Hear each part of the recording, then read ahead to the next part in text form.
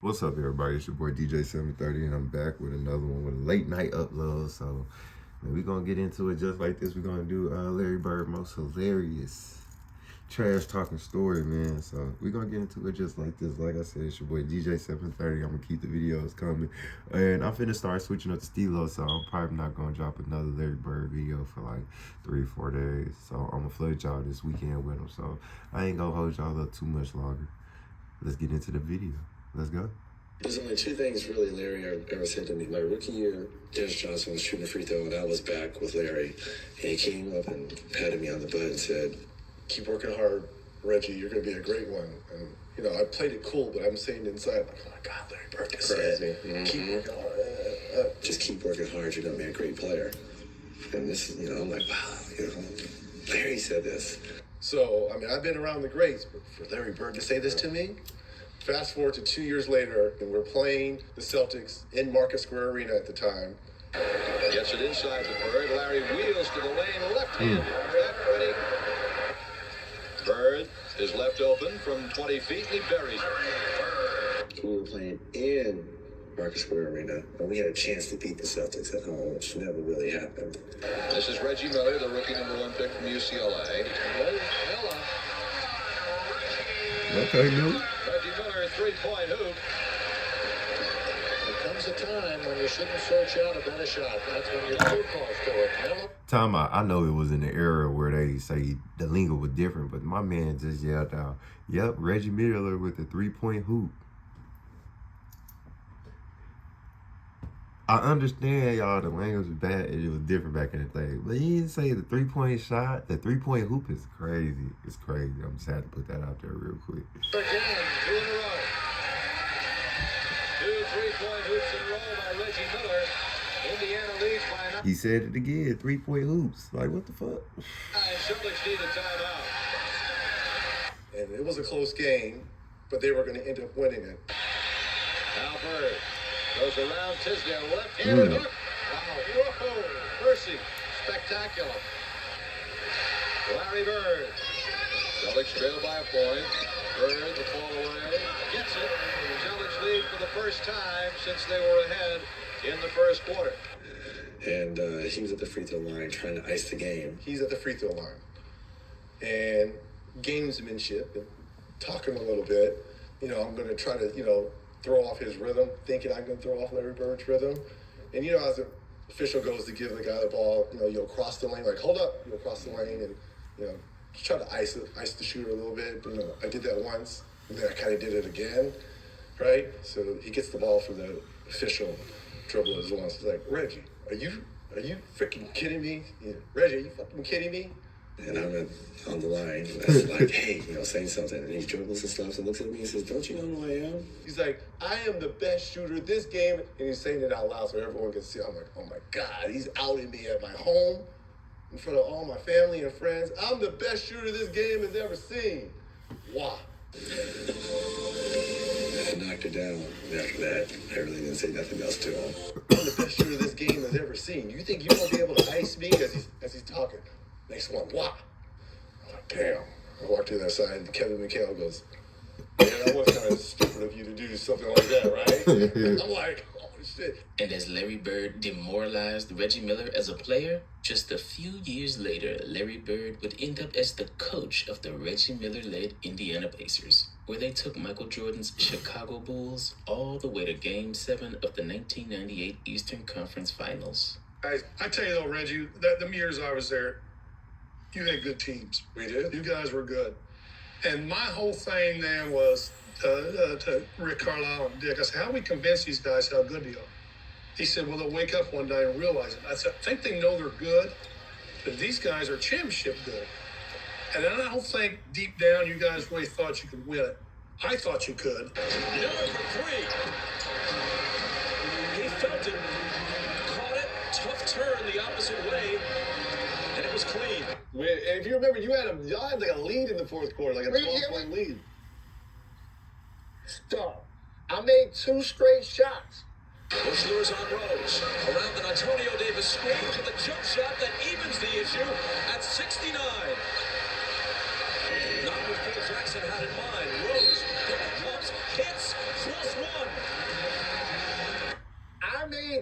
2 shots. They called timeout. During that timeout, they took me out of the game. You know why, Jay? I know why. You know why. You don't play defense. That's what it was. They were like, They're not even giving the kid there. They got next thing to be 2 shots, Mr. Rose, but we need a two-way player now. Correct. Jordan knocked away by McKee and Cleveland. 3 Pacers surrounded. Oh my goodness. And a jump ball was called. One timeout, and a jump ball was Jordan and Rick Smits. They wouldn't lined up right.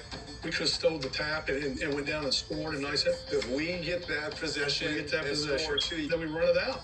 they win it. Loose ball tipped out to Pippen. Kerr hit the 3. Kerr can't tie it.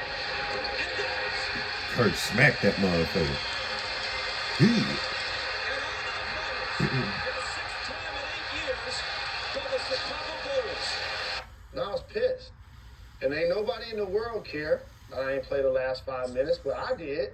You told me if it was up to, I we'd have won if I was in, Larry. Of course. So when I get on the bus, I was gonna do the little kid thing. And by the way, when I did the Kobe 81 Olives, when Kobe says, Jalen. oh no, that's how Larry did me. I got on the bus but thought I was gonna pop and walk right past him. And I walked by his seat, he's like, Jalen. And I stopped. I went back. He had a beer in his hand. And I don't curse, but I'm going to say what he said just for inflection. I was like, what's happening, coach? He's like, I f***ed up. Ooh. So when I get on the bus and he cares about my feelings, that mattered to me. That hard. I was like, you know what? All good, coach. That's we'll all be you back need to next say. year. Yeah. And at that point, I was like, that's my guy. It's ride or die. I don't know what's about to happen, but this is my guy. I'm taking a bullet from him. Larry Bird won Coach of the Year that year He better. because in Larry Bird's very first year as a coach, he led those Indiana Pacers to one of the greatest single-season turnarounds in NBA history. Because whether as a player or a coach, Larry Bird brought that same no-nonsense attitude with him from day one. I had the opportunity to play against Larry Legend as he was coaching the Pacers. And that man was talking shit to me as a coach. He told me once, because I was killing their bigs. Right. So Larry told me during one timeout, he called the timeout. We went on like an 8-0 run. We called the timeout. He told me, he said, if you was playing in my day, I would have loved to kill your ass. He was coach. What was that like? LB Larry as Bird? as a coach. Okay, so Larry Bird, as a player, so nasty. Passing it. He does it all. Talk shit like crazy, but quietly. Only to you. Right. Which would mess you up. You know, not just to you, and which messes you up more. Yeah. But as a coach, kept it real simple, real fundamental. Be on time, play unselfish, and play hard. Sounds silly, but A lot of people let me have tell a you hard time something. doing I was there 3 seasons. We had one guy late, one time, and that's it. Long story short, I was late for my press conference. And when I walk in the room, Larry Bird is sitting there. He's like red. Like he's steaming. Like he's so annoyed. He's just, bro, he's like so annoyed. And like I walk in, and the first thing he says to me is like, the one thing I'm not going to deal with is people being fucking late. Like it's the first thing, like he don't say hi, welcome to the team, nothing. I don't play that, don't be fucking late. Wow. So this is what happened, man. So, nah, this is what happened, bro. It's so crazy, bro. So listen. So I got drafted. I was 18 years old, so I can't really go nowhere, right? So I get up in the morning. My mom calls me. She's like, "Yo, don't be late. We on our way to the airport." I'm like, "All right, man, cool." I'm staying at the North Marriott. I'm at the airport. You know, the Marriott airport is the North Marriott is at the airport. It's on the airport. So, you know, we go downstairs to, you know, and this is before Uber and all this other stuff, right? So you go downstairs, you're expecting a cab down there, there's no cab, right? So we're like, whatever. So we're right at the airport, so I'm not tripping. Got my suit, everything, I'm ready to go. Right. Go downstairs, call the taxi. The taxi comes. This guy that I was telling you, my manager, named Sylvester Clay, he was obese. He was a big dude, like huge, right? Car comes, he can't get in the car. He can't get in the car. Duck his head in, go leg first, go this way trying to get in the joint. Can't get in the joint, right? Can't get in the joint. The cab comes, and he can't fit in the cab. Can't He fit in the get cab is crazy, door. y'all. We just gonna put that out Right? there. And so instead of me just leaving him, I wait. You can't be my manager or assistant and you can't fit in the vehicle that we got ride in. That's a no-go. That's a no-go. So they can bring like kind of a van or whatever. So A van finally comes, long story short, get to the airport. I'm running. Obviously, he can't run. I get to the thing, the lady closing the door. So I'm like, I'm here. She's like, well, we closed the door on the plane already. I was like, please, I have to get on. And my mother's like, where are you? She's calling me like, where are you? I'm like, Ma, I'm at the door. They won't let me on the plane. Obviously, plane takes off. I take the next plane. Land in Indianapolis. When I walk into the arena for the press conference, I see my mom and I see her face. She looks so disappointed, right? So I walk in and Larry Bird said, I walked to Larry Bird. He looked at me, reached his hand out to me, and I know this is a Christian show, but I gotta say what he said. No, you can edit it. Okay. He said, don't effing be, he said, don't ever effing be late again. That's what he told me. So you had Larry Legend cuss you out. He didn't say hi. He didn't say welcome to the team. He said, don't ever effing be late again. That was the first thing Larry Bird said to me. Larry Legend, bro. The dude I used to watch on TV, dog. Like, that's how he greets me. I'm excited to meet Larry Bird, and that's how he greets me, bro. So it's crazy, right? So obviously it was supposed to be like the greatest experience ever, right? And even though me and Larry was, we was solid, but I got off to a bad start with him from day one. And I was just like, all right. And we did the press conference, and I just felt like I never had a good relationship with him. Did you apologize? Of course I did. I'm just like, but he didn't want to hear that. He like, don't be late. And that's how he ran the team, though. Like, I don't know, like, if guys was late, you got fined. If you was late for the plane, they closed the door on the plane. We left him. You know what I'm saying? He didn't play that. Yeah, I guess that was the one thing, his pet peeve or whatever. So this is what happened, Jack. We're playing preseason, Larry's first year coaching. We're leaving Indiana, go to Nashville for a preseason game. It's like 10:58, everyone's on the plane. David Craig, the trainer, comes up to Larry. Travis and Dale, they're coming from the jetway or whatever. What time is it? It's 11. Wheels up. So the plane's running down, taking off. Travis and Dale are running after the plane. Running, literally. We took off. Everyone's like, save Dale, save Dale. After that day, though, no one ever late again. That was preseason, which was perfect timing. Well, set the standard. Larry was so blunt and to the point. Halftime, you'd be like, you fucking stars don't start playing, man. In 5 minutes, I'm taking your ass out. I remember a game in Milwaukee. I'm like 4 for 9, whatever. You're not playing great, but not. He said, Bully, come here. You gonna make a fucking shot or what, man? Just keep it real simple. And what I liked about Larry, no drama, nothing, because he just go for it. You gotta respect Larry Bird. But even after decades from the last time Larry Bird played in the NBA, Larry Bird was still the best shooter the NBA had ever seen. Because this is what a 60-year-old Larry Bird did at a random Indiana Pacers practice. So the whole team is just stretching, and Larry just walks on the court, grabbed the ball, and started jacking threes, like I'm looking at him, I'm like, do you see this right now? And he made like at least 10 in a row threes, like just in a row, and walked off and sat like he didn't do nothing, like it was regular, and folded his legs and just sitting there looking at us. I'm like, oh, this guy's nice.